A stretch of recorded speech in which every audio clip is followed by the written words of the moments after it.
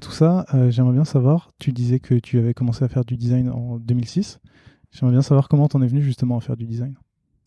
Bonne question. À la base, en fait, j'ai plutôt un profil qui vient d'école de commerce. Ouais, Et j'étais un féru de publicité. Et on était finalement au tout début du digital, encore en France, en 2006. Et j'ai rejoint une équipe qui s'appelait Marvelous Mobile, qui venait d'être achetée par Cara et le groupe Isobar. Et en fait, c'était des spécialistes dans le marketing mobile. Et à l'époque, on parlait de WAP et d'e-mode, etc. Donc, on était vraiment aux prémices finalement de l'Internet mobile. Et par chance, j'ai rejoint cette équipe et en fait, j'ai été à la fois chef de projet, designer, avec un background plutôt en marketing, mais je m'étais beaucoup intéressé au design et le fait d'être dans un écosystème d'agences avec beaucoup de DA à côté de moi, bah, en fait, ça m'a propulsé, ça m'a permis d'apprendre et ça m'a permis en fait d'être finalement à l'école au sein de cette agence et d'apprendre avec plein de designers qui m'ont donné l'opportunité. Et en fait, en 2007, il y a eu le boom ensuite de l'iPhone, etc. Et ça m'a permis de continuer et d'être finalement confronté à tous les sujets du UI dans un premier temps, et d'accord. ensuite du X, dans lequel j'ai appris et j'ai pu apprendre directement sur le mobile. Donc j'étais très mobile first. Super. C'est un peu ce que j'ai noté. J'ai vu que tu avais commencé en tant que chef de projet, que tu es parti ensuite dans l'ADA. Donc, si je comprends bien, c'est le fait d'être beaucoup en contact avec des designers qui t'a donné. Enfin, tu avais déjà cette appétence-là, mais au fur et à mesure d'être avec des designers, tu as pris cette voie-là. Exactement, c'est ça. Donc Marvelous, c'était une petite équipe. À la base, au tout début, on était, si je dis pas de bêtises, on devait être 8 avec les développeurs plus le DG de cette boîte. Et en fait, il n'y avait pas de designer quand je suis arrivé. Et donc, j'avais la double casquette. D'accord. Donc, à la fois, je m'occupais de mettre en place les projets et ensuite, l'après-midi, je m'occupais de designer ces projets. Et donc finalement, de fil en aiguille, il n'y avait pas de designer. Donc, de fil en aiguille, bah, j'ai commencé à apprendre beaucoup plus de projets qui étaient liés au design. Et un jour, il a fallu faire un choix. Et créativement parlant, c'est ce choix-là que j'ai choisi parce que c'était là où je m'éclatais le plus. Justement, j'allais te poser la question parce que ton parcours m'a fait beaucoup écho, puisque moi j'étais product manager et ensuite j'étais beaucoup dans des boîtes où il n'y avait pas de designer et j'ai fini par prendre la partie design. Et ça fait énormément écho à mon parcours puisque j'ai fait exactement la même chose que toi. Et j'ai vu que justement, t'as parlé de Isobar, qui est aussi une agence dans laquelle ensuite tu as été DA et UX. Tu as bossé sur pas mal de projets. Et en même temps, par la suite, tu as changé de boîte et tu es redevenu chef de projet de production. Ouais, tout à fait. Comment t'expliques ce retour en arrière, si je puis dire? Alors, il y a eu deux raisons à cela. Une première qui était par rapport à la philosophie de la boîte à l'instant T chez Isobar. Donc Marvelous en fait appartenait au groupe Cara, Aegis et Isobar. Et il y a eu une fusion finalement. Dans laquelle je me suis pas retrouvé et aujourd'hui en fait Cara, Aegis, Isobar s'en sortent très bien et ils ont grossi et je les suis encore de loin et c'est une très belle boîte, mais voilà, moi à l'époque je me retrouvais pas et donc j'ai décidé de partir et j'ai eu une opportunité, voilà, de rejoindre une boîte à plus petite, dans laquelle plus familiale on va dire, aussi plus artisanale. Et j'ai pris cette opportunité-là pour apprendre et pour apprendre intellectuellement moi aussi, et puis me donner de nouveaux challenges. Et en fait, ça a été quelque chose dans ma carrière qui a été assez sympathique, dans le sens où vraiment j'ai appris avec des devs, à prendre des sujets par rapport à des sites internationaux, etc. Donc là, on était plus dans des sites où je me suis occupé du site de Piaget et dans de la production. Et en fait, c'était quelque chose de totalement différent de ce que j'avais connu en agence, que là, je commençais finalement à mettre un pied dans le process un peu plus industriel et dans la qualité aussi du code et du suivi des projets, etc. Donc de l'agence, à l'époque, on était beaucoup sur du one-shot. Et là, on était dans des choses déjà à construire des sites un peu plus pérennes qui devaient marcher dans le temps, à rajouter des features, à rajouter des demandes du client. Et donc, c'était quelque chose d'autre et je pense que ça m'a beaucoup aidé ensuite par la suite dans mon intégration chez Vente Privée quand je suis arrivé et tout au long de ma carrière. Hyper intéressant.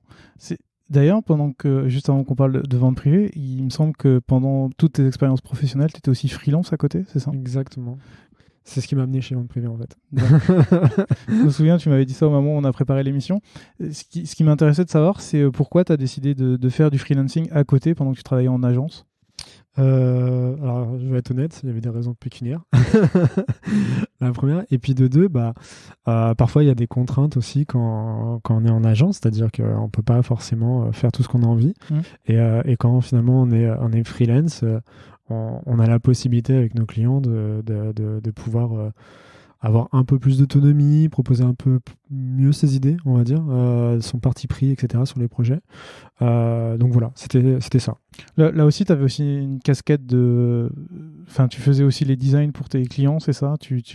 Oui, je répondais finalement à leurs demandes. C'est-à-dire, alors ça allait de tout. Hein. J'ai fait, à l'époque du freelance, j'ai pu faire comme beaucoup de freelance au début, des choses qui étaient plus de l'ordre de faire des menus. Hein. Voilà. Donc un côté éditorial, jusqu'à effectivement répondre à des appels d'offres où j'étais plus où j'étais aussi en collaboration avec d'autres amis, on va dire, et on répondait à des appels d'offres pour des redesigns d'applications, etc. D'accord, hyper intéressant. Donc c'est vrai je continuais à utiliser finalement ma spécialité qui était plutôt le design d'applications, casquette un peu plus UI, IDEA, pour les appels d'offres ou en tout cas pour les sujets freelance. Très bien. Ce qui nous amène justement à Vente Privée. Ouais. Tu l'as dit, tu as commencé chez Vente Privée, qui maintenant s'appelle VP, pour les gens qui ne connaîtraient pas. Vente Privée, du coup, c'est une entreprise qui a été créée en 2001 par Jacques-Antoine Grandjean et ses associés. Alors à l'époque, c'est toujours le cas, l'objectif du site est de proposer des ventes événementielles en ligne. En résumé, vendre sur des courtes durées des articles de grandes marques à prix réduit. Je résume plutôt bien la chose. Tout à fait. C'est le message corporate qu'il y a sur les sites. Tout à fait. Et donc est devenu VP en 2020. Et toi, tu arrives en 2014. Ouais, juin 2014. Pourquoi faire? Alors, à la base, en fait, j'avais déjà été engagé un peu avant en freelance pour redesigner une partie de l'application qui devait être lancée justement en juillet 2014. Et donc, j'avais fait une mission courte durée pour VP. Et en fait, à la fin de cette mission, il s'est révélé qu'ils n'avaient pas, à l'époque, travaillé pour l'IT. C'était eux qui m'avaient engagé. Et en fait, à la fin de cette mission, ils se sont rendus compte qu'ils n'avaient pas cette expertise chez eux en interne et qu'ils avaient ouvert un poste en fait, dédié en fait, à tout ce qui était design des applications mobiles. Voilà. Et donc, ils m'ont demandé de rester. Et donc, moi, quand je suis arrivé en juin 2014, quand j'ai signé mon CDI, en fait, je devais continuer à la base, surtout focuser sur le lancement de cette nouvelle application que je devais terminer. Puis, il y avait toute la partie fine-tuning, etc., recettes graphiques, etc. Donc, je terminais ça. Et puis après, le but, c'était que je continue ensuite à faire évoluer cette application et l'ensemble du design des interfaces de VP et des nouveaux projets. Ok. Je trouve ça intéressant ce que tu racontes là, parce que en préparant cette émission, je me suis rendu compte d'une chose. C'est lancé en 2001, on est en 2014, et ils n'ont pas d'expertise design sur leur application. Comment t'expliques d'abord, est-ce que tu étais le seul UX designer à travailler chez VP en freelance à ce moment-là, sur les applications, et comment ça se passait justement avant ton arrivée en CD pour gérer tout ça? Je crois de mémoire que la première application de vente privée a été faite, si je dis pas de bêtises, en 2010-2011 par une société qui s'appelait, parce que je crois qu'elle a changé de nom, Bakelite. Oui. Et en fait, ils étaient les premiers à avoir fait l'application de vente privée à l'époque, qui avait eu un grand succès, qui était une des premières applications françaises.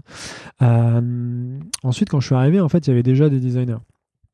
il y avait beaucoup de web designers, mais qui effectivement étaient plus spécialisés sur de la DA digitale que sur, on va dire, un vrai principe du UX, etc. D'ailleurs, un des grands chantiers que j'ai dû avoir ensuite quand j'ai créé l'équipe, ça a été finalement de remettre en place une charte UI en place. Parce que en fonction de chacune des pages du site, j'étais capable de savoir qui avait travaillé dessus. Donc voilà. Mais donc il y avait des designers. C'est juste qu'il y avait cette logique, en fait, ou en tout cas l'expertise UX n'était pas encore là, et en fait c'était plutôt du web design qui était fait. D'accord. Et donc vraiment plutôt une couche UI dédiée en fait dédiée aux interfaces de VP. Et qui était principalement dédié du coup au site internet plutôt qu'aux applications, c'est ça? Exactement. Il n'y avait pas l'expertise en fait, tout ce qui était application, en tout cas. En tout cas, oui, il n'y avait pas cette spécialité là, ou en tout cas quelqu'un qui avait une vision mobile first. D'accord. Mais il y avait quand même du coup une scission entre les produits qui étaient techniquement les mêmes, mais sur des plateformes différentes. Exactement. D'accord. Et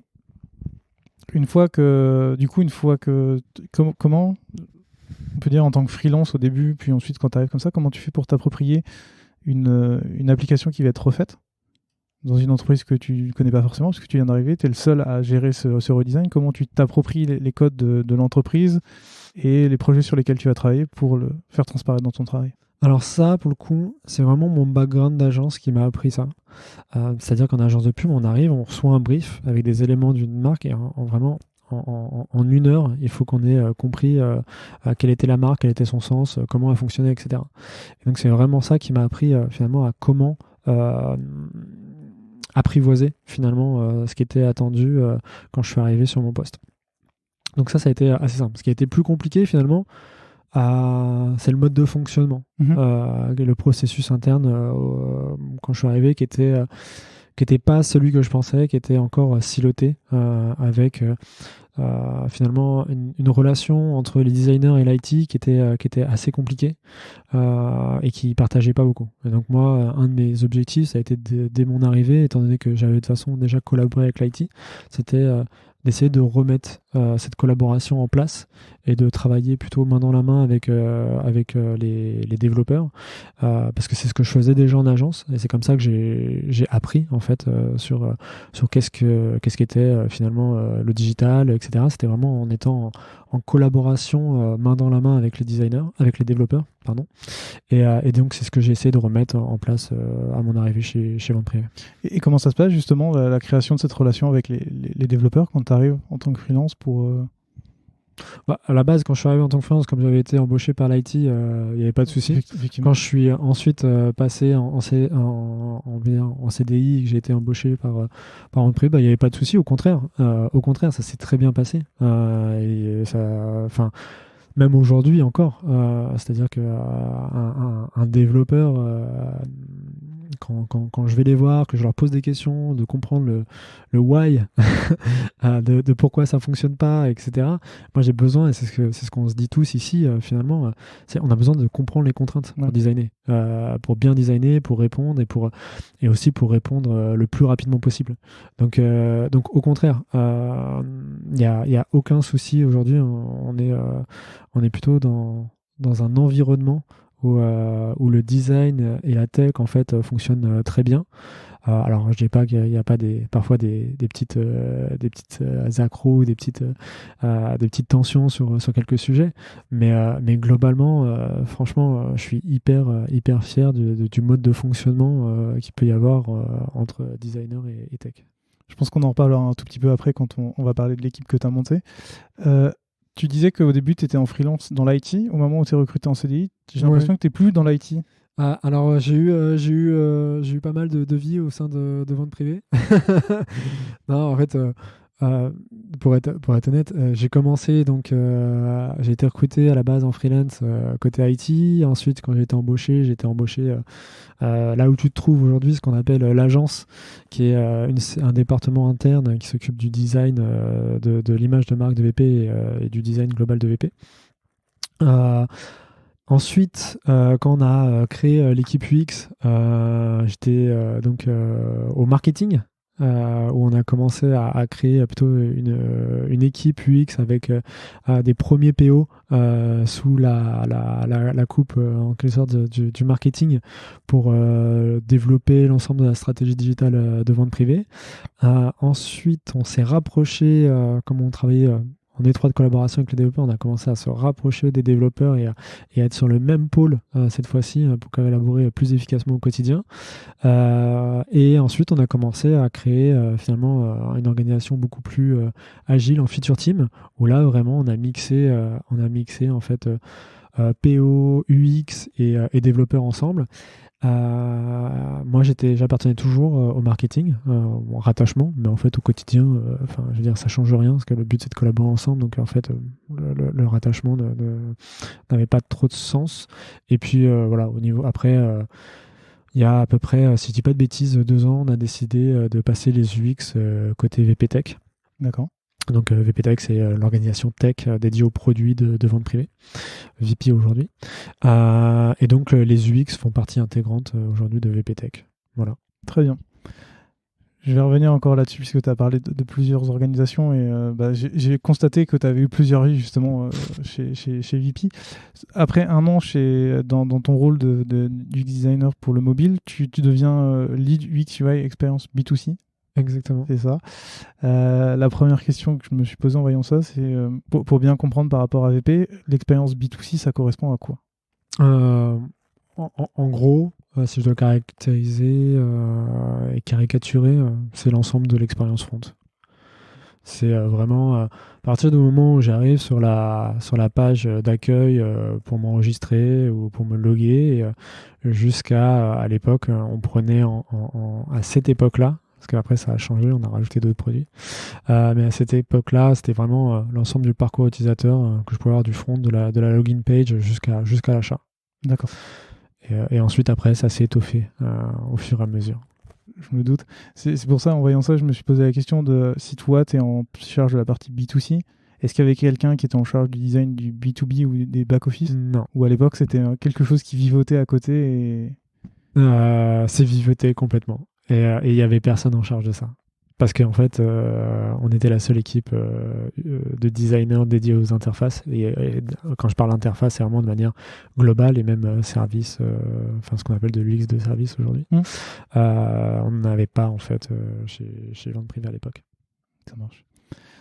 J'ai l'impression que tu arrives dans une entreprise qui a une espèce de savoir design plus sur la partie marque et comment mettre en avant la marque, mais pas tant sur la partie product design, UX UI.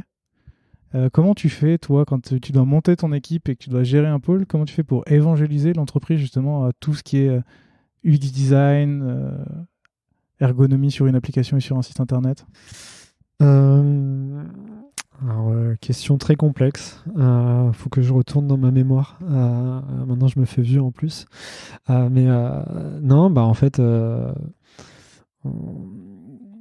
je vais t'expliquer, mais le but, quand on est arrivé au début, ça a été de définir ce qu'on faisait. C'était très compliqué parce que déjà à l'époque, on était en 2015, on arrive, on crée cette équipe, on se dit UX, UI designer, il y a encore pas mal de choses, pas mal de méthodes qu'on ne maîtrisait pas. Si je compare aujourd'hui, je pense qu'il y a un vrai gap, et moi je le vois entre ce qu'on faisait à l'époque et ce qu'on fait aujourd'hui. À l'époque, je pense qu'on était plus sur de l'UI design et on commençait à mettre en place des méthodologies UX, mais c'était vraiment au balbutiement pour nous, si je compare aujourd'hui.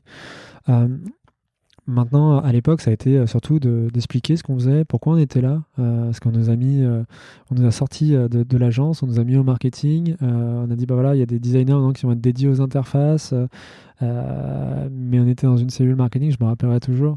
On venait nous voir pour nous demander des press pour des rendez-vous avec des marques, justement. Je disais mais oui, on peut le faire. Clairement, je sais utiliser Photoshop, clairement, je sais faire des belles presses, mais en fait, c'est pas ma valeur ajoutée. Alors on le faisait parce que ça permettait aussi de faire rêver les marques avec qui on travaille, et il n'y a même pas de souci par rapport à ça. Mais c'est vrai qu'il a fallu beaucoup évangéliser sur la valeur ajoutée qu'on apportait. Je me rappelle aussi, on posait beaucoup de questions. Moi, j'adore les 5 why. Là, mais, c'est fou, mais en fait, ça permet. J'utilise moins souvent aujourd'hui, mais c'est vraiment un outil qui permet en fait de vraiment comprendre un brief. Et à l'époque, en fait, quand je demandais 5 fois pourquoi, les gens ne comprenaient pas. Ils me disaient, mais en fait, voilà, c'est ça le brief. Oui, mais en fait, pourquoi on doit faire ça? Et en fait, de fil en aiguille, quand on a mis en place des nouvelles features, qu'on a proposé de nouvelles innovations et que ça a marché, qu'on a vu qu'on permettait de créer plus de valeur sur VP, une meilleure navigation, etc. De fil en aiguille, en fait, ça a permis d'évangéliser tout le monde en fait sur l'importance de l'UX, l'importance de nous suivre, l'importance de nous écouter. Voilà. On a aussi atténué des tensions. Aujourd'hui, les UX ont un vrai rôle de facilitateur, je pense. C'est-à-dire que on est à mi-chemin, en tout cas chez VP, on est à mi-chemin entre le business, l'utilisateur, la tech et les PO aussi.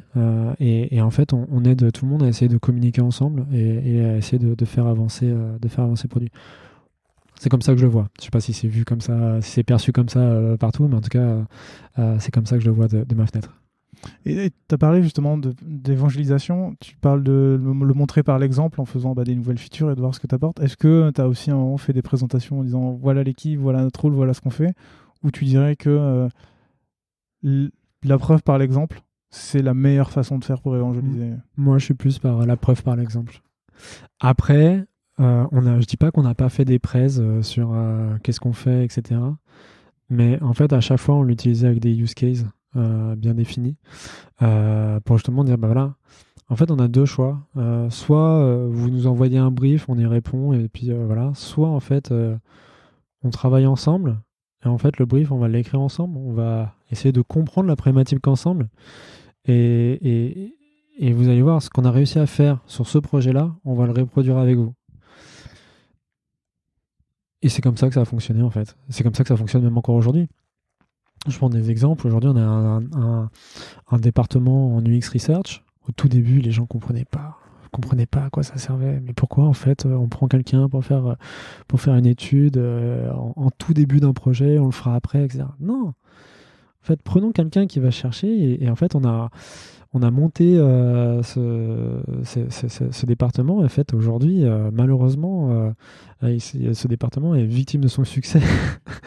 et en fait, on fait appel à ce département pour tout ce qui est atelier de co-conception. Dès que on a besoin d'un peu d'informations parce que on a des problèmes avec une vente ou on a des problèmes en fait sur une partie du site, et hop, de suite, tiens, est-ce qu'on n'aurait pas de la bande passante côté UX Research pour mettre en place un test utilisateur, voir ce qui se passe, etc. Donc voilà. Et en fait, ça a été vraiment la preuve par l'exemple. Montrer en fait qu'il y avait un intérêt, montrer qu'en fait travailler en amont avait plus de sens que finalement corriger une fois que c'était en prod. C'est intéressant, ça fait écho à plusieurs épisodes que j'ai eus. Celui dont tu me parlais juste avant qu'on enregistre avec Morgan Peng de la Société Générale, qui disait que l'équipe design n'est pas là pour travailler pour d'autres équipes, mais avec d'autres équipes, pour créer ce brief, etc.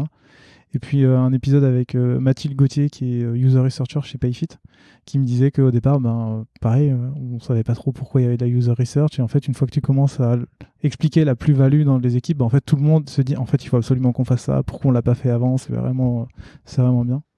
Ce qui m'amène à te poser une question, c'est que là, on parle beaucoup d'avancer avec l'équipe, avancer avec les designers. Pendant les 5 ans où tu as été lead UX/UI, tu as composé ton équipe de 15 personnes. Et la question que je me suis posée, c'est comment on crée son équipe? Ce qu'il faut prendre aussi, c'est un contexte, je pense. C'est important, en fait, quand on crée une équipe, de savoir aussi quel est le contexte, etc. Moi, la première équipe que j'ai construite, d'ailleurs, en fait, mon équipe, c'est marrant parce que c'est un peu comme un produit finalement. Hein. On recrée pas des équipes, hein, c'est juste des besoins qui arrivent et finalement on a une version 1 d'équipe, une version 2 et puis voilà. C'est la même chose. Donc moi, la première équipe que j'ai eue, on était composé, moi compris, de 4. avec des gens qui avaient un profil, un background plutôt DA à la base et qui avaient une grosse appétence sur l'UI et qui avaient envie de monter sur l'UX. Et on a monté comme ça. Ensuite, quand il a fallu faire grossir l'équipe, au tout début, comme il a fallu continuer à évangéliser sur ce qu'on faisait, etc., en tant que manager, il y a toujours des questions forcément de budget. Et en fait, très vite, je me suis rendu compte, que le marché aujourd'hui n'était pas encore assez mature au niveau des UX. C'est-à-dire, il n'y avait pas beaucoup d'UX en fait sur le marché. C'est plus ça mon point, ou en tout cas avec le niveau qu'on recherchait. Et surtout, parfois, pour certains trucs, étaient pour ma part un peu formatés sur un mode de fonctionnement. Capitalisant ce fait, en fait, très vite, je me suis dit, mais en fait, on va aller chercher les gens à l'école. En fait, j'ai pris des gens en contrat pro. Et ma fierté, en fait, ça a été de prendre des gens en contrat pro et de leur dire, comme moi j'ai fait à l'époque, en fait, quand j'étais recruté chez Marvelous, c'est de dire cash dès l'entretien, de dire, en fait, moi je te propose un contrat où je vais te former, mais en fait, tu vas être comme nous, tu vas avoir des vrais projets, tu n'auras pas de stage photocopieuse, tu auras des choses à rendre, etc. J'ai toujours pris en compte leur charge de travail à l'école. Ça a toujours été important pour moi. Mais par contre, moi, le but, c'est que je forme quelqu'un et qu'à l'issue de ces 1 ou de ces 2 ans, on puisse tenter de le transformer en CDI. Et donc, c'est comme ça que j'ai commencé à faire grossir l'équipe. Et puis après, quand on s'est rendu compte que on avait quand même besoin de renfort de seniors, j'ai fait ensuite appel à des gens qui étaient capés un peu plus, qui avaient déjà du background, alors avec 3 ans d'expérience et autres. Et en fait, on a renforcé ensuite l'équipe avec des seniors. Et à chaque fois, en fait, on a fait en quelque sorte des alternants qui rentraient, plus des seniors. Et j'ai commencé en fait à faire du mentoring, déjà moi de mon côté, et ensuite commencer à mettre des UX qui étaient seniors avec des alternants pour leur montrer comment ça fonctionnait, faire ce qu'on appelle chez nous du pair design. Je crois que ça s'appelle aussi du co-design. Et donc on a commencé à faire ça et avoir des équipes finalement d'un senior et un alternant sur des produits. Et c'est comme ça a fonctionné. Et une fois qu'on s'est rendu, que on se rendait compte finalement que l'alternant en fait était au niveau que l'on souhaitait, en fait on lui proposait effectivement un CDI. Plein de choses hyper intéressantes dans ce que tu racontes. Je trouve que ça va un peu à contre-pied de ce qui se passe aujourd'hui, qui est de se dire on cherche absolument un senior parce que notre but c'est d'aller vite. Et je trouve que cette idée de recruter des juniors et de les faire monter en compétences, c'est intéressant. Comment c'est perçu justement cette idée, toi, de dire que tu vas recruter des juniors pour les faire monter en compétences? Parce que tu as une espèce on va dire, de perte de vélocité au début? Ou en tout cas de... Tout dépend en fait. Non, mais c'est une très bonne question parce qu'on m'a déjà posé la question. Alors, bon, forcément, c'est un recrutement. Donc, il faut choisir les bonnes personnes.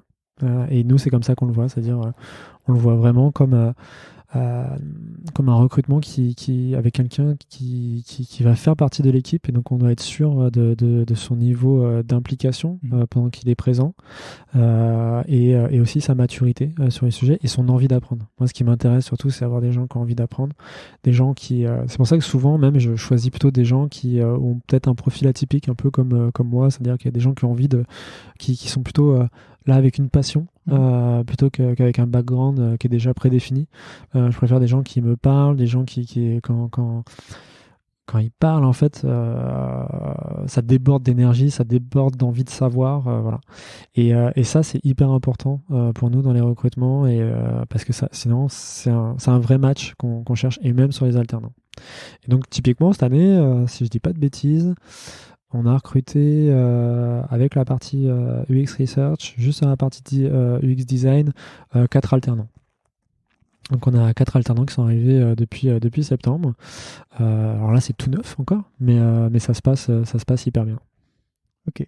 Tu parlais aussi de pair design. Comment ça se matérialise? Est-ce que tu peux nous dire un peu comment ça se passe?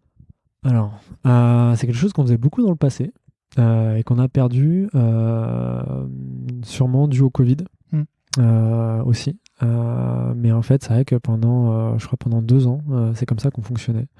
C'est-à-dire dans la période de à peu près 2018 à 2019, jusqu'à 2020, ouais.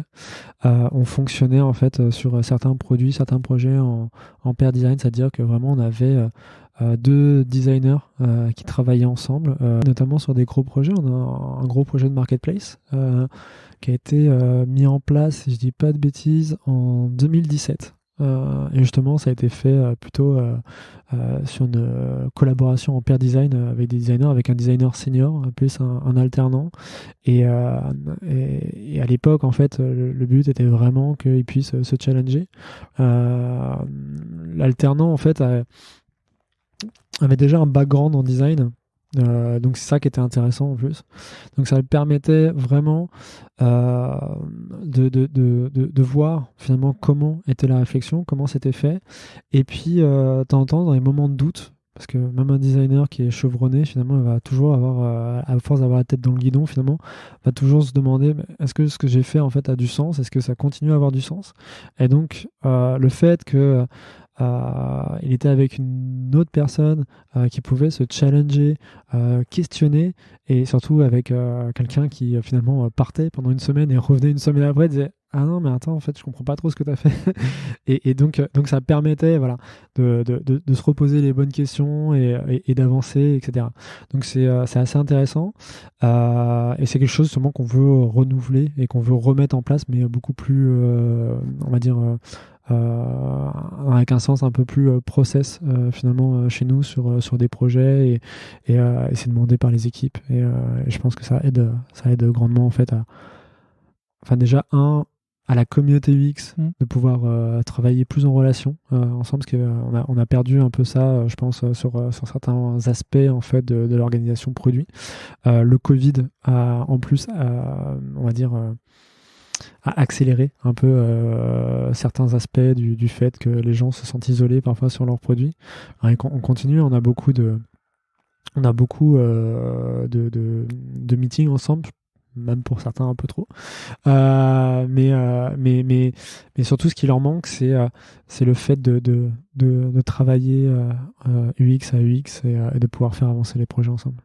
Mais si je comprends bien, c'est quand tu dis pair design, du coup, ça veut dire qu'il y a 2 personnes qui sont ensemble sur un même projet, mais ça veut pas forcément dire que les 2 personnes sont l'une à côté de l'autre en train de designer en même temps, mais chacune design de son côté et... Alors, il y avait les deux, en fait. Soit c'était en co-collaboration, soit effectivement, chacun, en fait, faisait sa maquette et ensuite se rechallengeait derrière. C'est quoi la différence par rapport à ce que vous pourriez mettre en place? Par exemple, je sais pas si vous avez des reviews, ou tu parlais de beaucoup de meetings où vous êtes ensemble. J'imagine que vous avez pas mal de rituels aussi. Oui, alors moi j'y participe de moins en moins. Enfin, en tout cas sur les reviews, il y a des reviews. Alors moi je fais des reviews des maquettes aujourd'hui pour l'ensemble des projets, les reviews des visions aussi des produits, sur les gros projets en fait. J'interviens beaucoup. Ensuite, il y a des design critiques une fois par semaine qui sont organisés. Et ensuite, on a des meetings une fois par semaine où les UX montrent leur projet, chacun à leur tour, expliquent sur quoi ils ont avancé, que ce soit cette fois-ci sur des projets front et des projets back, parce qu'on n'a pas parlé aussi de cette partie-là, mais cette particularité, mais désormais on a aussi des équipes qui s'occupent du back-office de VP. Et derrière, ensuite, il y a effectivement des projets où on va montrer aussi ce qu'on fait à l'ensemble soit du marketing, parce qu'il y a des gros projets qui ont des incidences sur l'ensemble de VP et de la stratégie de VP. Et ensuite, après, il y a les one-one entre manager et UX. J'ai envie de rebondir sur plein de choses. Toi, tu dis que tu t'occupes maintenant de regarder que les maquettes et la vision pour s'assurer. Tu essayes de t'assurer de quoi? De la cohérence de tout le fil de tout ce qui a été créé sans forcément aller dans le détail de l'interface ou... Exactement. Aujourd'hui, j'ai des managers qui sont présents. Il a fallu que je fasse un travail sur moi-même. Mais en fait, le but, c'est effectivement que je laisse l'autonomie maintenant aux équipes avec leurs managers d'avancer. Moi, en fait, je m'assure que la consistance, la cohérence par rapport à l'ADN de la marque, par rapport à l'ADN de notre stratégie globale et finalement de ce qu'on fait chez VP, de notre business model a du sens dans ce qu'on propose. Maintenant, je vais plus dans le détail. J'ai malheureusement plus le temps, c'est surtout ça. J'aimerais beaucoup, et puis surtout, voilà, les équipes aussi ont des managers aujourd'hui, et moi je dois laisser la place aux managers pour justement s'assurer de ça. Justement, c'est un point qu'on aborde rarement dans le podcast quand je parle avec des head-off. C'est justement le fait de step back et de se retirer justement petit à petit de la création de design. Comment toi tu l'as vécu et comment tu le vis aujourd'hui? C'est une bonne question. C'est une bonne question, surtout que j'adore l'UX, j'adore le design. Mais en fait, il a fallu à un instant T que je me fasse volte-face. Alors je dis pas que ça n'a pas été compliqué. Au contraire, quand on lead une équipe pendant 5 ans, qu'on la crée, etc., et puis que petit à petit on dit maintenant on va mettre des managers en place, donc c'est plus toi qui va tenir, voilà. C'est un peu compliqué. C'est un peu compliqué par moment, mais en même temps, il faut faire confiance aux équipes. Et puis moi, le but, c'est que je leur donne les clés, je leur donne ma vision. Et après qu'on s'assure ensemble que cette vision en fait elle est bien mise en place. Donc c'est beaucoup de confiance et après maintenant pour être honnête il y a encore beaucoup de travail. On a beaucoup grossi, on est dans tous les sujets de scale d'organisation, on est bien dedans actuellement. Donc le but c'est justement de mettre des process aussi, de renseigner. C'est pour ça qu'on a notamment mis en place l'ensemble de la stratégie sur le design system. Donc j'ai été sponsor, en tout cas c'est moi qui ai souhaité mettre ça en place parce qu'on a eu beaucoup de sujets par rapport à l'harmonisation finalement des interfaces. On pourra en revenir peut-être, mais on a dû aussi intégrer des marques qu'on a rachetées. Donc il a fallu aussi. Je vais y venir. C'est notamment pour ça qu'on a accéléré sur le design system, c'est que quand on intègre des nouvelles marques et des autres cultures et des autres process aussi, un jour il faut dire ok, comment on aligne tout le monde, et notre première réponse finalement ça a été d'accélérer sur un outil, et donc c'était le design system. Merci pour cette transition toute trouvée. Mais de rien. En 2019, Vente Privée devient VP pour justement regrouper sous une seule marque l'ensemble des entreprises qui ont été rachetées par Vente Privée à l'époque. Et toi, tu deviens Head of Product Design Group, sous le groupe VP. Ça change quoi pour toi à ce moment-là? Alors, déjà, il a fallu que je m'en remette à l'anglais. Mais surtout, oui, ça a été un gros challenge en termes d'organisation. Un gros challenge en termes d'organisation. C'est-à-dire que au-delà de se dire, ok, je prends un poste groupe, qui était finalement déjà le cas, parce que vente privée, quand on le designait, en fait, on le designait pour plusieurs pays. Maintenant, là, c'était plutôt surtout collaborer au quotidien avec des gens qui étaient dans les autres pays, ce qu'on faisait, mais pas aussi bien par rapport à comparé à ce qu'on fait aujourd'hui. Et donc, il a fallu. On avait déjà une équipe aussi du UX qui était en place en Espagne sur un site qui s'appelle, une marque qui s'appelle Privalia, qui est toujours existante, qui est leader d'ailleurs sur le marché de la flash sales en Espagne et en Italie. Et donc, il a fallu qu'on harmonise finalement notre process, parce que oui, on est UX designer, c'est un peu comme le code, c'est-à-dire on peut être développeur, mais finalement on peut avoir des méthodologies, des façons de coder qui sont complètement différentes. C'est la même chose pour le design, donc il a fallu qu'on s'harmonise, et donc il a fallu mettre déjà des périmètres en place sur qui prenait quoi, comment allaient fonctionner les équipes, quel rythme on allait mettre en place, changer un peu tout ça, et puis surtout rencontrer les équipes. C'était important. Comment tu mets justement en place tout ça, tous ces périmètres, qui va s'occuper de quoi, comment? Alors là-dessus, j'ai été un peu facilité, on va dire. Pourquoi? Parce qu'en fait, il y a une organisation produit qui a été dessinée par VP Tech. Et en fait, on s'est accolé finalement à cette organisation. À l'époque, moi, j'avais donc on avait une organisation produit qui était vraiment scindée sur un découpage du front en plusieurs produits et en fait on a scindé un peu plus fortement avec la création de Tribe qui comprenait des produits et donc la première partie qui est Offer Discovery donc qui est toute la partie de login jusqu'à la fiche produit en quelque sorte on l'a laissé en France et toute la partie checkout expérience et post sales en fait on l'a mis en Espagne. Et donc moi j'ai pris le lead sur l'ensemble de l'UX au niveau du groupe et j'ai continué à garder au début en fait Offer Discovery et puis fil en aiguille après j'ai passé la main. C'est intéressant parce que du coup chaque designer est dans son équipe, donc chaque designer a son domaine de compétences on va dire sur chaque partie du parcours.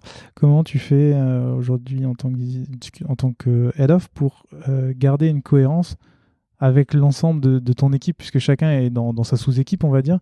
Comment vous vous organisez du temps pour que tous ensemble, vous puissiez discuter? Surtout, tu l'as dit, il y a le Covid, et en plus, une partie de ton équipe est en Espagne. Comment tu crées justement cette cohésion et cette cohérence d'équipe? Alors, c'est pas simple. C'est pas simple tous les jours. Justement, c'est des choses qu'on doit encore améliorer. Donc on a tous les rites qu'on a mis en place, ce qu'on a énuméré tout à l'heure.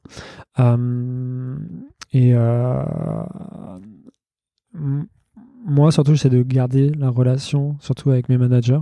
Donc dans chacune des tribes en fait j'ai un lead et le but pour moi surtout à la fois quand j'ai mes one-one hebdomadaires avec les leads c'est savoir ce qui se passe déjà au niveau des projets, les plannings, et surtout aussi, je demande beaucoup de questions sur l'humain, comment ça se passe dans les équipes. J'essaye de transférer le max d'informations et de visibilité à tout le monde.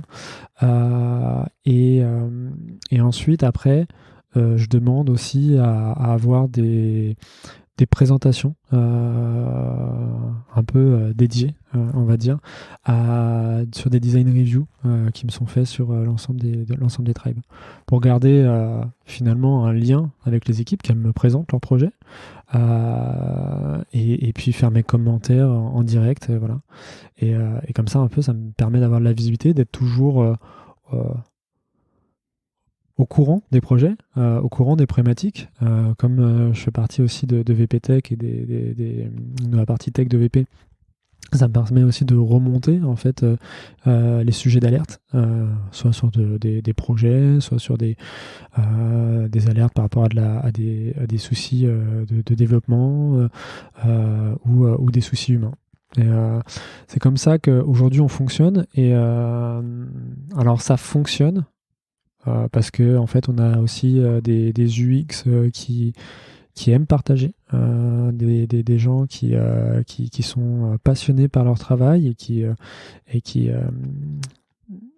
effectivement cherchent à améliorer finalement au quotidien ce qu'ils font et cherchent à créer de la consistance au global. Et ensuite, voilà, c'est encore à perfectionner. Je suis en train de mettre en place justement, ou en train de rechercher justement une organisation sur laquelle en fait on a encore plus de, je vais pas dire de process, que ça fait peur, mais un peu plus de matière pour garder de la consistance. Après, dans tout ça, et accolé à tout ça, tout ce que je viens de dire, on a le design system qui joue un gros rôle avec quelqu'un en charge du design system, plus des UX qui partagent, qui sont plutôt des ambassadeurs et qui vont créer aussi des composants du design system, qui vont présenter aussi leurs nouveaux composants et qui permettent finalement de créer du lien avec l'ensemble du design de VP. Okay, donc c'est vraiment un sujet que toi tu ne leads pas, mais sur lequel tu donnes un appui pour que ton équipe puisse avancer sur le design system. Exactement. Le design system aujourd'hui, je suis plus en sponsor. Je suis plus en sponsor. C'est-à-dire j'en étais à l'initiative, je le suis. Par contre, est-ce que au quotidien je mets les mains dedans? Très clairement non. Par contre, là, il n'y a pas si longtemps, j'ai dû à nouveau regarder la documentation, comment elle a été faite, etc. Et c'est un sujet, franchement, que j'adore. J'adore suivre, j'adore, voilà. Par contre, malheureusement, j'ai pas le temps. Et on est en train d'avoir plein de conversations par rapport à ça, justement, pour changer les outils. Et pareil, je suis un gros sponsor au niveau des équipes pour les challenger, savoir si c'est la bonne réflexion, etc. Accélérer, parce que maintenant on a trouvé, donc il faut accélérer. Et c'est plus moi qui effectivement demande à mettre les choses en place pour que ça aille vite. C'est toi qui prends la décision finale de tout ce qui va être outil, ou tu fais confiance aux équipes sur les choix qu'elles prennent une fois que tu les as challengés? C'est exactement ça. C'est-à-dire que moi, je pars du principe qu'aujourd'hui, c'est plus moi qui fais. Par contre, je veux qu'elle se pose les bonnes questions. Je veux que tout soit réfléchi, qu'on soit sûr qu'on n'a pas fait une erreur, que le timing est bien pensé, que le budget est bien pensé, etc., etc. Donc je leur donne l'autonomie parce que derrière, comme je disais, au quotidien, c'est eux qui vont l'utiliser. Mais je veux effectivement qu'on prenne pas des outils parce qu'ils sont trendy. Je veux qu'on prenne des outils et qu'on mette en place un process parce qu'en fait ça a du sens par rapport à notre organisation. J'ai vu trop de process ou d'outils ou de choses qui ont été mis en place soit chez nous ou soit dans d'autres entreprises parce qu'il y avait une médiatisation soit de l'outil, soit parce que il y a eu, c'était un peu trendy à la mode, etc. Mais au final, si c'est pour l'utiliser 2 fois dans l'année, ça n'a pas de sens pour moi. Une vraie mentalité de product design où tu as un problème et tu essayes de trouver la meilleure solution. Ouais. Quand on fusionne avec, j'ai noté 6 entreprises différentes, j'espère ne pas dire de bêtises. Pas 6, non. En fait, au final, sur la partie front en tant que telle, on n'a eu que 3 grosses convergences. Quand tu converges justement comme ça, j'imagine que les différentes entreprises qui cherchent à converger ont des mentalités, là encore une fois, design différentes. Comment on en revient justement à essayer d'aligner tout le monde? Je ne vais pas te reparler d'évangélisation parce que tu nous en as déjà beaucoup parlé tout à l'heure, mais comment tu réussis à faire converger des maturités différentes sur un sujet? Pour être honnête, déjà on a eu de la chance sur un point, chance ou malheur, on va dire. Donc on a eu trois plateformes avec 3 marques. Donc on avait vente privée pour la partie France et qui avait les pays d'autres pays aussi. On avait Privalia sur ce qu'on appelle la partie sud. Et on avait vente exclusive qui s'occupait de la partie nord, donc Benelux, Danemark, etc. Déjà, on a des talents dans ces trois marques. Voilà. On a eu des gens qui étaient super. On a des gens qui sont super. Et sur la partie UX, maintenant, c'est sur ma partie en tant que telle. On avait malheureusement une personne qui s'occupait de l'UX chez Vente Exclusive qui, pas du tout pour des raisons de convergence, mais plutôt pour des raisons, on va dire, personnelles, parce qu'il a été UX designer pendant très longtemps, en fait, seul chez Vente Exclusive. Il a fait un travail de fou pendant 3 ans, je crois, seul. Mais en fait, se sentant seul, et il a décidé de partir au moment de la convergence. Il m'a dit c'est vraiment dommage que c'est pas arrivé 6 mois avant, parce que j'aurais adoré en fait faire partie de l'équipe. Voilà, mais il a choisi de partir. Et donc, on a eu finalement uniquement à créer de la synergie uniquement entre vente privée, notre équipe française, et l'équipe espagnole. Au final, on a eu des soucis on va dire, au tout début de mise en place, de méthodologie, de définition de l'ADN, de définition de l'UI, etc. Mais en faisant maintenant un petit flashback, rien d'insurmontable. Je pense que tout le monde avait à cœur en fait de progresser ensemble, de mettre quelque chose ensemble qui fonctionnait. On a eu des départs, je vais être honnête, on a eu quelques départs, mais ce sont des départs qui se sont bien passés. C'est-à-dire que voilà, il y avait aussi des opportunités pour les UX designers, pour certains d'entre eux. Ils ont eu des belles opportunités, ils ont décidé de partir.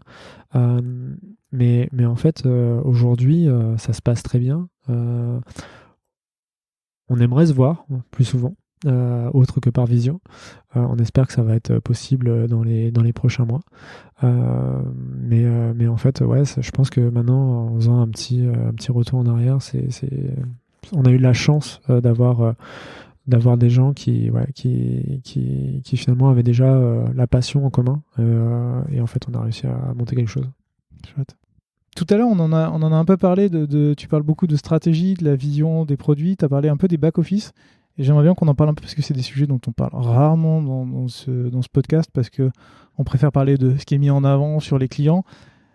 Toi, dans ton équipe, vous avez récupéré les back-office. Qu'est-ce que ça vous change dans votre travail au quotidien? Est-ce que ça vous challenge beaucoup plus? Est-ce que vous pouvez plus vous éclater à faire des produits qui sont un peu plus, qui font parce qu'ils sont en interne? Enfin, qu'est-ce que ça change dans votre organisation? Alors, qu'est-ce que ça change dans notre organisation? En fait, on a deux méthodes de travail qui sont complètement différentes. Forcément, sur le front, on va avoir accès à de la data, ce qui va beaucoup aider finalement sur la collecte d'insights via l'ensemble des web analyses, etc. Et qui va beaucoup aider finalement à la construction de la stratégie et aussi la construction finalement des hypothèses qu'on va avoir. Sur le bac, chez nous aujourd'hui, on a mis en place des outils de tracking. Mais en fait ils sont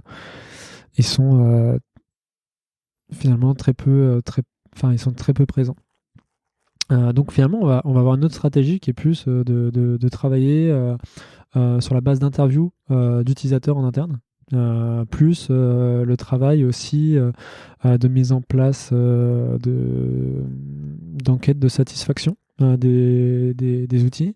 Et enfin, dernier point, et c'est là-dessus où il travaille le plus, avec cet outil qui travaille le plus, c'est les ateliers de co-collaboration entre PO, développeurs et aussi les utilisateurs.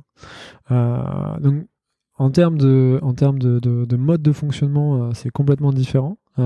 Et finalement, on va être beaucoup plus sur une réflexion en interne, pouvoir faire finalement des ateliers et pouvoir toucher nos utilisateurs en direct. Voilà. Il y a eu beaucoup de shadowing aussi qui ont été faits. Donc c'est un peu différent. Et surtout, en fait, on est sur des questions finalement de construction qui sont plus liées à des challenges ergonomiques et qu'on va moins avoir sur la partie front. Ou sur la partie front, on va plus travailler finalement de l'émotionnel, du design qui va être finalement pour moi, à mon sens, hein, désolé si je dis ça, mais qui sont parfois plus simple en termes de on va dire de challenge de casse-tête. Voilà, c'est vraiment ça. C'est-à-dire sur la partie back office, quand je vois ce qu'ils font, un vrai challenge de casse-tête, de pouvoir répondre à l'ensemble des besoins des utilisateurs, avoir une lisibilité claire de l'information, avoir une navigation aussi qui soit simple. Nous, on avait fait ce constat-là quand on a commencé à mettre en place la stratégie pour le back-office. On avait pris notamment les e-merchandisers chez nous qui avaient à l'époque, en 2018, si je dis pas de bêtises, 15 outils dans la journée en comptant le papier, le crayon, l'Excel, etc. Et donc, quand on est arrivé à ce constat-là, on a dit non, en fait, il y a de l'optimisation à faire. Et donc, le but, ça a été justement, en quelque sorte, de répondre à leurs besoins de pouvoir simplifier leur journée. Et donc, ça a été notre premier challenge. Donc, on a commencé à s'occuper des back-office en 2018, je crois. Et vraiment, le but, nous, c'est de simplifier la vie des collaborateurs pour aussi faciliter la production de nos ventes au quotidien. Et derrière, aussi, limiter le nombre de tickets support qu'on peut avoir. J'imagine. Est-ce que du coup, quand les développeurs créent ces back-office, vous vous appuyez encore sur le design system qui a été mis en place pour la partie Alors, je sais que je crois que j'ai écouté ça dans un de tes podcasts aussi. Toute cette question justement par rapport au design system front et back. Là aussi, j'ai envie de te dire, on est en plein dedans. On a eu une réflexion, je crois, de 1 an sur le sujet. À la base, on a fait le choix d'avoir plutôt un design system qui était dédié au back, qui était plus finalement au début toute une réflexion sur la mise en place d'un design system dédié au back, etc. Aujourd'hui, pour être honnête, reste encore un UI kit qui est à disposition, mais avec toute une réflexion et finalement un mode de fonctionnement pour les designers, avec la mise en place aussi de toute la documentation et un jeu aussi avec des thématiques pour que en quelque sorte, chaque produit puisse appliquer sa propre couleur dessus. Mais effectivement, on s'est reposé la question il n'y a même pas 6 mois sur est-ce qu'on devait capitaliser pour le coup sur le design system qu'on avait mis en place et qui était développé pour le coup sur le front, qui a déjà une belle maturité pour créer une branche finalement pour le back. Donc on a aujourd'hui la question, on commence à la trancher. On va continuer plutôt à évangéliser et à développer le design system du back qui va fonctionner son propre environnement. Et on va se reposer la question plutôt d'ici 1 an pour voir si on commence à migrer les composants et les éléments petit à petit. Je trouve ce sujet hyper intéressant parce qu'il y a toujours deux écoles. Et je trouve que la réponse est difficile à trancher. Non, c'est très complexe. En fait, tout dépend aussi, finalement, à mon sens, de la maturité qu'on peut avoir sur le sujet du design system et l'équipe qu'on peut avoir en place. Voilà. Nous, en fait, aujourd'hui, comment je vois la chose, à mon sens, c'est que on a commencé à mettre quelque chose en place sur la partie front qui fonctionne bien, qui doit être encore éprouvé. Et on a un beau mode de fonctionnement, un beau process qui a été mis en place par justement l'ancien UX qui travaillait sur le sujet. Et voilà, là on est en train de l'améliorer, on est en train d'améliorer l'ensemble du process, de la documentation, justement et du mode de collaboration, surtout avec les développeurs. Et en fait, j'aimerais pas que si on migre trop tôt sur une collaboration justement avec la partie back, que ça puisse en fait, et c'est tout le sujet, que ça puisse ralentir en fait le développement du front. Je comprends tout à fait. Donc finalement, c'est pareil, c'est une analyse, on va dire, un peu produit de la situation pour être sûr que finalement un sujet n'auraille pas un autre. Je comprends. En 2020, il se passe quelque chose, en dehors des multiples confinements, c'est le fait que tu deviennes Head of Design, plutôt que Head of Product Design. Qu'est-ce que ça change pour toi au niveau du groupe, justement, cette nouvelle position ? Beaucoup de charges de travail, déjà. Non, mais le but de tout ça, c'était aussi rapprocher l'ensemble de l'UX, donc de l'expérience qu'on proposait à nos membres,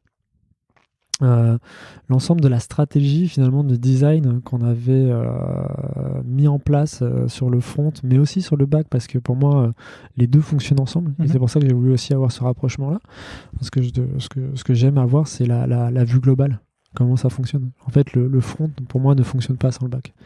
C'est un peu C'est un peu comme une voiture et un moteur. C'est un peu bête mon imagerie, mais en fait les deux fonctionnent ensemble. On n'arrivera pas à faire avancer le véhicule si on ne comprend pas comment fonctionne le moteur, ou en tout cas s'il y a un problème, on n'arrivera pas à le résoudre. Donc c'est vraiment important pour moi de lier les deux.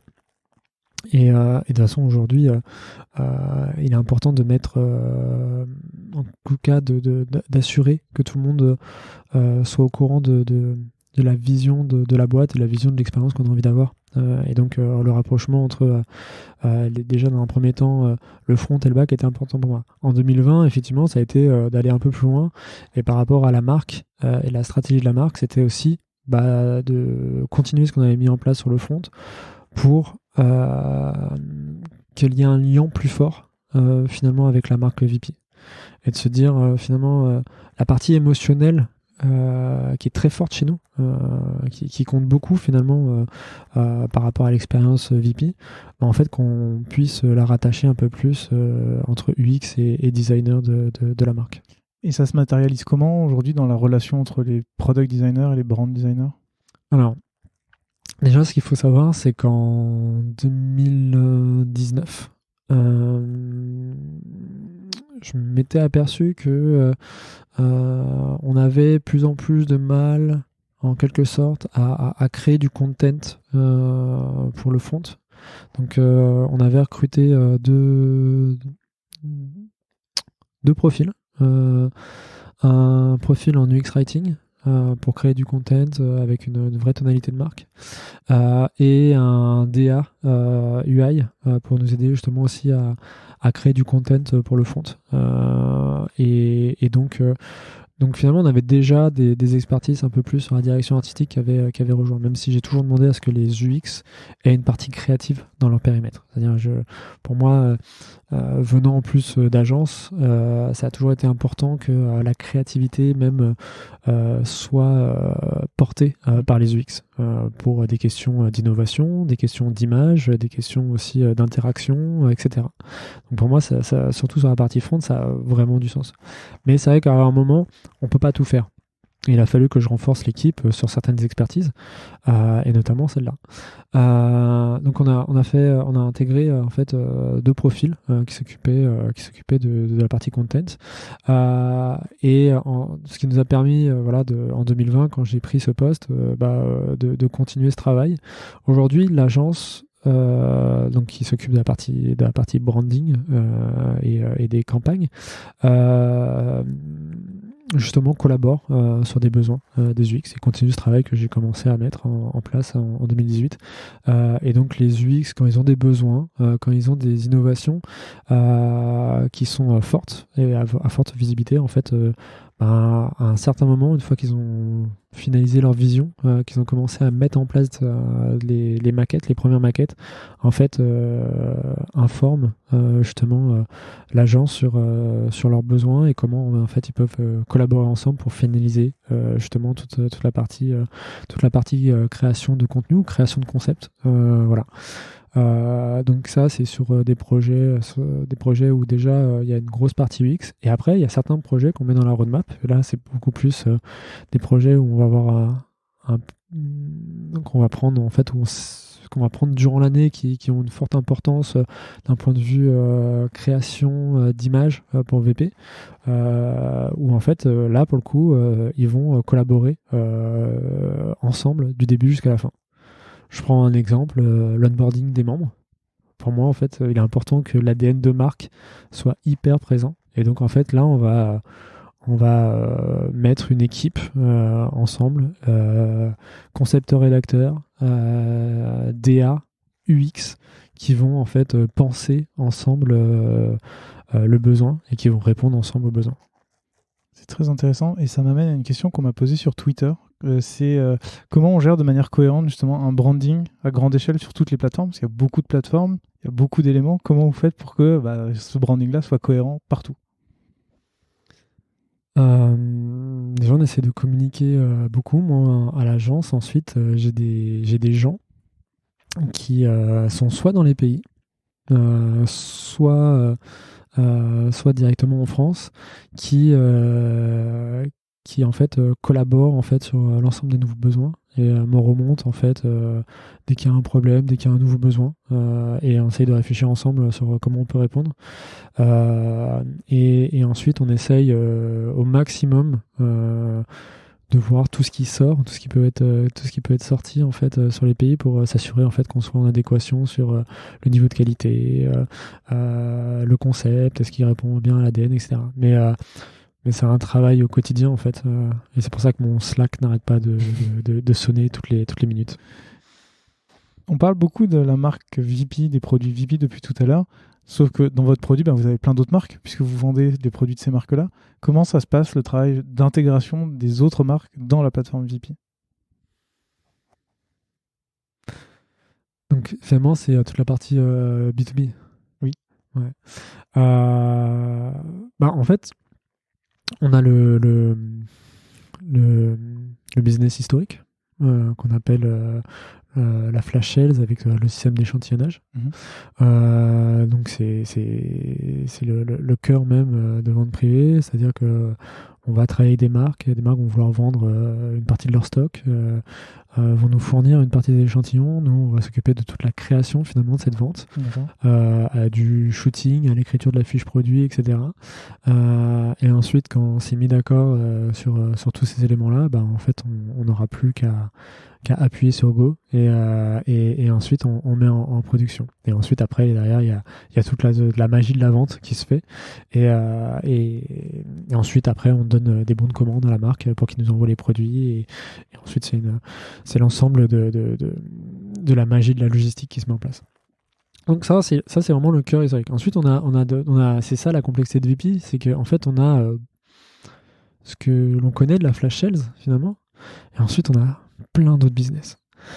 On a de l'immatériel, donc on vend aussi des bons de réduction, du ticketing, des voyages, et donc pareil, on a des systèmes d'information qui sont complètement différents, un mode de process qui est complètement différent, et donc il faut imaginer tout ça. Pareil, là on a des UX qui travaillent sur la partie front de ces business et sur la partie back.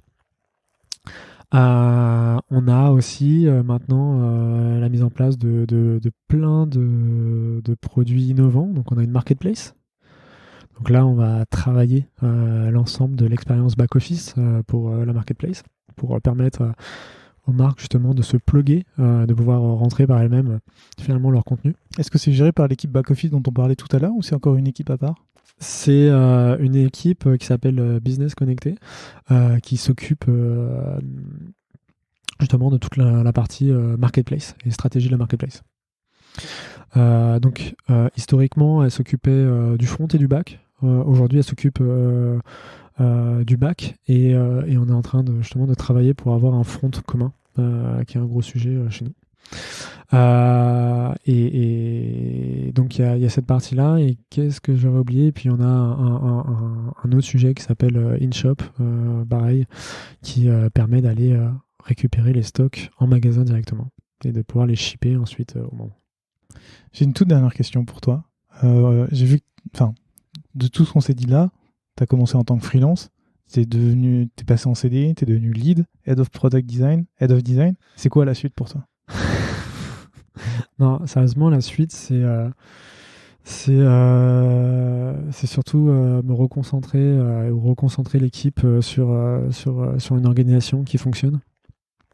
Et je pense que j'aurai déjà pas mal de taf. Donc là, jusqu'à présent, voilà, j'ai envie de prendre du temps pour finaliser une organisation, quelque chose qui roule et qu'on soit fiers des prochains sujets qu'on va sortir. J'ai hâte de voir la suite. Tu le sais, j'ai une dernière question dans le podcast et que je t'avais envoyé à l'avance comme tous mes invités. C'est est-ce que tu as des ressources à nous recommander? Alors, je sais pas si je vais être hyper innovant. Alors, je me suis fait une petite fiche. Mais non, quelque chose qui m'a beaucoup aidé, moi, que j'ai adoré. Je sais pas si on en parle dans ton podcast. C'est la collection A Book Apart. On m'en a parlé dans le tout premier épisode. Ah. Et vraiment, alors ça pour le coup, c'est vraiment une collection de livres qui est écrit par des designers pour des designers, qui m'a grandement aidé dans le passé à comprendre comment designer, le sens des choses, etc.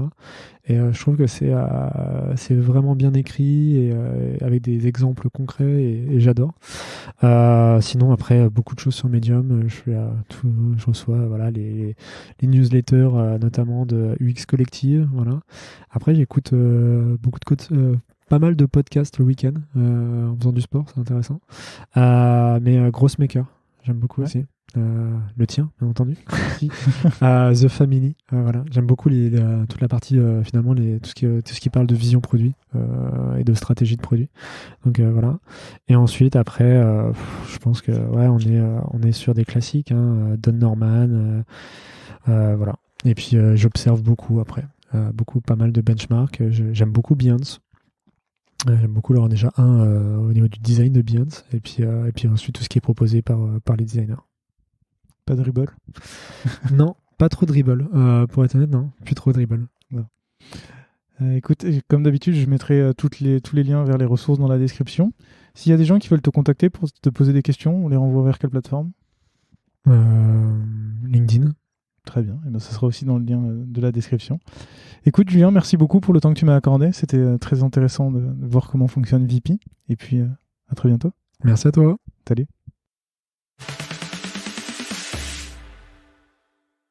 Merci d'avoir écouté cet épisode jusqu'au bout. Si vous l'avez aimé, n'hésitez surtout pas à vous abonner sur votre application de podcast préférée. Vous pouvez aussi mettre 5 étoiles sur Apple Podcast, c'est ce qui m'aide le plus à faire découvrir l'émission. À très bientôt.